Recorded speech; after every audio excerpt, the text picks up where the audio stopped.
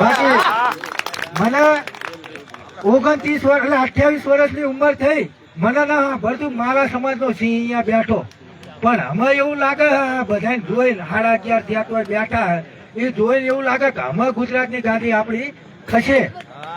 એટલે એ જે સિંહ આપણે બિહારવાનો હોય ને એ મુહિમ લઈને નીકળ્યા છીએ, ત્યારે આ યુવા કોળી એકતા સંગઠનને આપણે બને એટલું સમર્થન આપીએ, વધારે પડી જાય ને એના માટે પણ આપણે જય માલધાતા, જય કોળી સમાજ.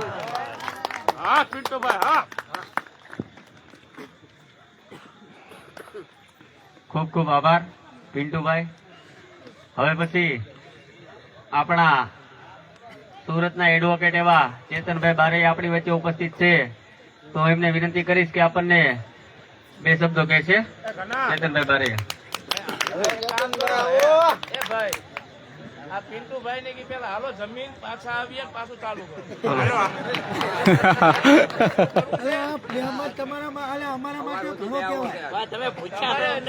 પિન્ટુભાઈ ખરેખર તમે જમવાની જરૂર છે લાગે છે, કારણ કે હવે મારે તમે લઈ જાવ છો.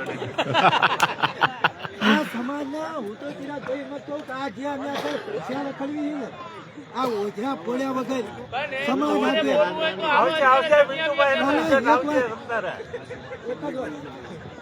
ખાલી આ સમાજને હું એટલું જ કહીશ, જે અત્યારે મેં ભૂસ્યા રખડવી ને એ તમે 2027 માં યાદ રાખજો. બીજું બધું હું જે થવું હોય ખરેખર અહીંયા પહોંચવામાં થોડુંક મોડું થઈ ગયું, પણ પિન્ટુભાઈ માંદી હોય ને એવું ચોક્કસ લાગે છે. અને સમાજ ઉપર અત્યાચાર તો ઘણીવાર થાય જ છે, અને જાગશો નહીં તો થવાના જે ચાલુ જ રહે.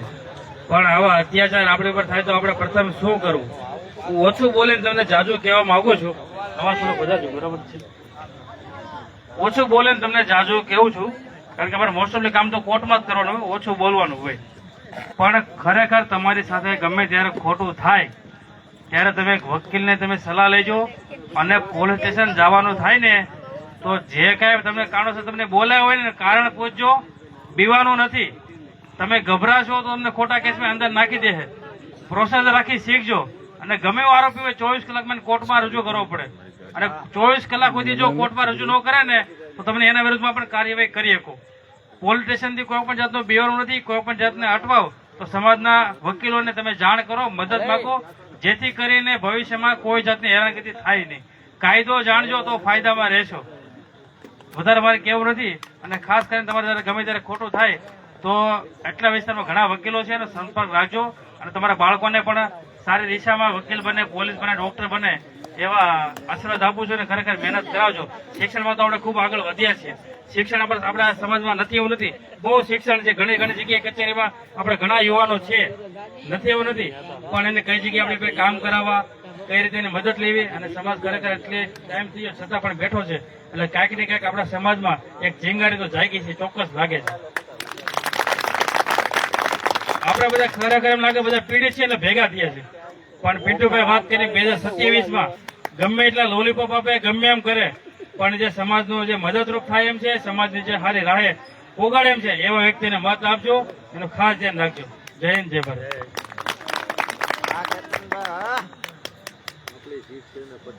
હવે પછી હું ચિરાગભાઈ ઝાલાને વિનંતી કરીશ કે આપણને માર્ગદર્શન આપશે. જય કોળી સમાજ. અમારા નળ કાંઠા એટલે ખાસ કરીને અહીંયા અશોકભાઈ રાઠોડ, જે યુવા કોળી એકતા સંગઠન ગુજરાત પ્રદેશના કારોબારી, અમારી સમકક્ષ બરાબર, જે જાગૃતતા માટે અમારી સાથે જોડાયા છે, અને એવડી બહોળી સંખ્યામાં આજે 11:30 વાગ્યા અત્યારે, છતાં બહોળી સંખ્યામાં તમે બેઠા છો, એટલે તમને ક્યાંક ને ક્યાંક અને આપણે અહીંયા ભેગા કરવાનું આ સુંદર મજાનું જે આયોજન કર્યું છે તે બદલ અશોકભાઈનો હું દિલથી ખૂબ ખૂબ આભાર વ્યક્ત કરું છું. ઘણી બધી પિન્ટુભાઈએ વાત કરી, પણ હું વધારે સમય નહીં લઉં, અને ટૂંકમાં તમને સમજાવવા માંગીશ કે પેલા એવું હતું કે રાજપાઠ લેવું હોય ને તો તમારે યુદ્ધ કરવું પડતું, ત્યારે રાજપાઠ તમારા હાથમાં આવતું, અને જ્યારથી દેશ આઝાદ થયો ત્યારથી આ દેશનું બંધારણ અમલમાં આવ્યું અને આ બંધારણ આવ્યા પછી આ દેશમાં લોકશાહી આવી. આ લોકશાહી એવું કહે છે જેના સૌથી વધારે મત તેનો રાજા. પણ આ ગુજરાતમાં આઝાદી પછી જેના 2% મત છે એના કેટલા વખત મુખ્યમંત્રી બની ગયા ખબર? 8 વખત. જેના 6 કે 7% મત છે અને અત્યાર સુધીમાં 6 વખત મુખ્યમંત્રી બની ગયા. જ્યારે અમારો 35% કોળી અને ઠાકોર સમાજ છે આઝાદીના 75 વર્ષ પછી માત્ર એક જ વખત મુખ્યમંત્રી બન્યો. તો વાંક એ લોકોનો નથી, વાંક આપણો જ છે. તમે દર મહિને પર વ્યક્તિ દીઠ 1500 રૂપિયા સરકારને તમે ટેક્સ ચૂકવો છો.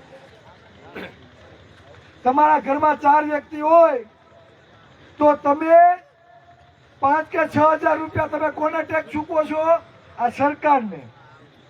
જેની 10% વસ્તી છે આ બિન અનામત વર્ગને 2000 થી પણ વધારે કરોડની ફાળવણી કરવામાં આવી એના નિગમમાં.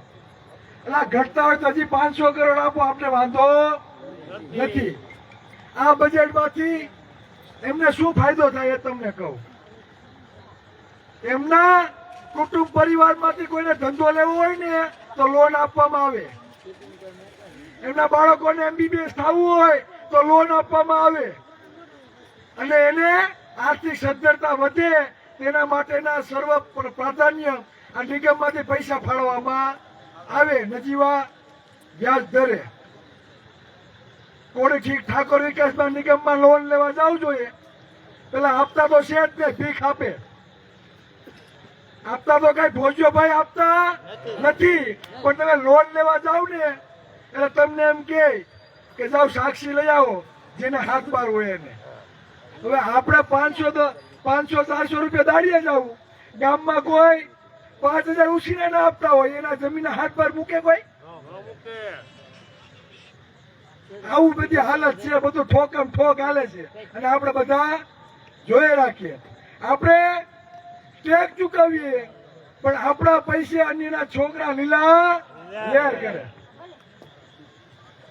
બીજું એ કે જ્યારે પણ સ્ટેજ ઉપર આપણે આવીએ, શૈક્ષણિક કાર્યક્રમો થાય, સમૂહ લગ્નો થાય, સ્નેહ મિલન થાય, આપણે એક જ વાત કરીએ શું કે શિક્ષણ હોય તો સમાજનો વિકાસ થાય.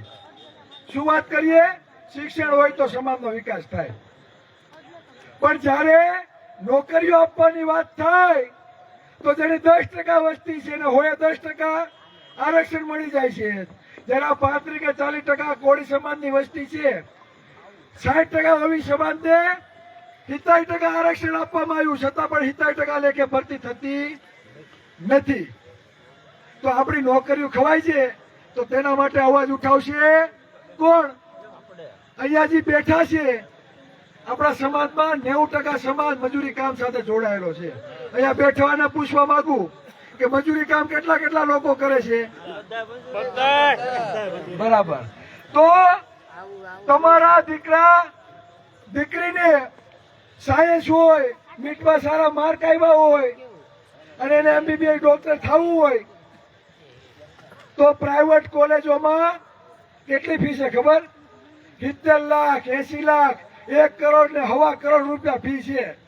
તો તમારા બાળકો સાયન્સમાં હોય, સારા માર્ક આવ્યા હોય, તમારે MBBS ડોક્ટર બનાવો છે, MD બનાવો છે, સર્જન બનાવો છે, તો તમે બનાવી શકશો ખરા? તો આ વેદના તમને કેવા આવ્યા છે. કોઈ પણ સરકાર હોય, આરોગ્ય અને શિક્ષણ ગરીબ પરિવારને અને જે કરોડોપતિ હોય ને તેને દરેકને શિક્ષણ અને આરોગ્ય એક સમાન, સરખું, ઉત્તમ અને મફત મળવું જોઈએ. એ જવાબદારી કોની છે? આ સરકારની. તમને મળે છે ખરા?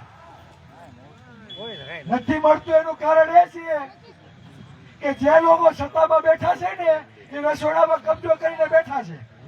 પિન્ટુભાઈ વાત કરીને એ લોકોને 2000 કરોડ આપે, શિક્ષણ ધામ બનાવવા માટે જમીન આપે, હોસ્પિટલ બનાવવા માટે જમીન આપે. કોળી માગવા જાય ને એટલે ત્યાં દરવાજા કરી દે બંધ. શું કે ખબર? આ કે ભંડાર પતી ગયા, તમારી પાસે રેશન કાર્ડ છે ને, જાઓ દીન દયાળ ઉપર, હે તમે જાઓ અનાજના કાંઠે 2 કિલો ને 1 કિલો ખાંડ આપે છે, જાઓ લઈ આવો. આ વાસ્તવિકતા છે. એટલે રસોડા ઉપર કબજો આપણો છે નહીં. રસોડા ઉપર જો આ કાકાનો કબજો હોય તો તમને ભૂખા રાખે ખરા? હે એમ કે મજા આવે લઈ લો, ઉપાડો. એટલે આપણે ક્યાં કબજો કરવાનો છે? રસોડામાં. બીજી એ વાત, 90% સમાજને રાજકીય પક્ષો સાથે કઈ લેવા દેવા નથી. 5 કે 10% લોકો એવા છે કે રાજકીય પક્ષો સાથે જોડાયેલા છે. બરાબર, આપણે એનો પણ વાંધો નથી, આપણા ભાઈઓ છે. 2027 પહેલા 90% સમાજ અમારી સાથે આવતા રહ્યો. દુશ્મનોને તમારી ઘૂંટણીએ પાડીને નો બતાવીએ ને તો કોળીના દીકરાને. આમાં તમારે કોઈને સરકારી કામ રાખવા છે? 15 લાખ 20 લાખ 1 કરોડ ના રાખવા છે? નહીં. તો આપણા દીકરા દીકરીની જો નોકરીઓ ખવાતી હોય, આપણા ટેક્સના પૈસે અને ચોક્કસ સમુદાયના વિકાસ થતો હોય તો એવી સરકારને માય મારવી છે ભાઈ આપણે? સમજો, આજે વેદના છે ને એટલે તમારી સામે બરાડા પાડીને અમે કહીએ છીએ. આગામી દિવસોમાં આ ભાવનગર શહેરનો એક પણ વિસ્તાર બાકી ના રહેવો જોઈએ. બધી જગ્યાએ યુવા કોળી એકતા સંગઠનની ટીમ હોવી જોઈએ. અને જ્યારે આ ભાવનગર શહેરમાં આપણી ટીમ તૈયાર થાય, પાછા આ જ મેદાનમાં મોટી સંખ્યામાં ગ્રાઉન્ડમાં છે ને જગ્યા ખાલી ના હોવી જોઈએ એવી સભા અશોકભાઈ પાસે આપણે કરવાની છે. અને તેથી બધી ફોર વ્હીલો લઈને અમે અહીંયા આવીએ છીએ, એ તમને વચન દઈને જઈએ છીએ. બાકી આ સરકારને બતાવી દેવાનું છે કે કોળી હવે જાગૃત થયા છે. આપણે કોઈના હકનું છીનવવા માંગતા નથી, પણ મારા કોળી સમાજના પરિવારના થાળીમાંથી બટકું રોટલો કોઈ જો છીનવીને લઈ જાય ને એ આજે પણ સહન નહીં કરવાનું અને કાલે પણ નહીં. બસ વધારે વાત નહીં કહેતા મારી વાતને વિરામ આપું છું. અશોકભાઈ રાઠોડનો હું ફરી દિલથી વંદન કરું છું. જેટલો પણ આભાર વ્યક્ત કરું એટલો ઓછો છે.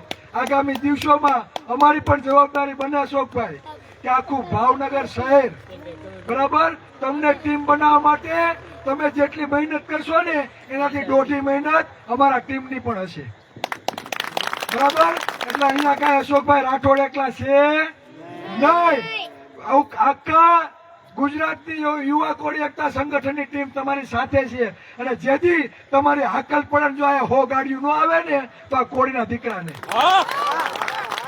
જયારે પણ તમારા વિસ્તારમાં તમને કોઈ અન્યાય થાય અશોકભાઈને હાકલ કરજો.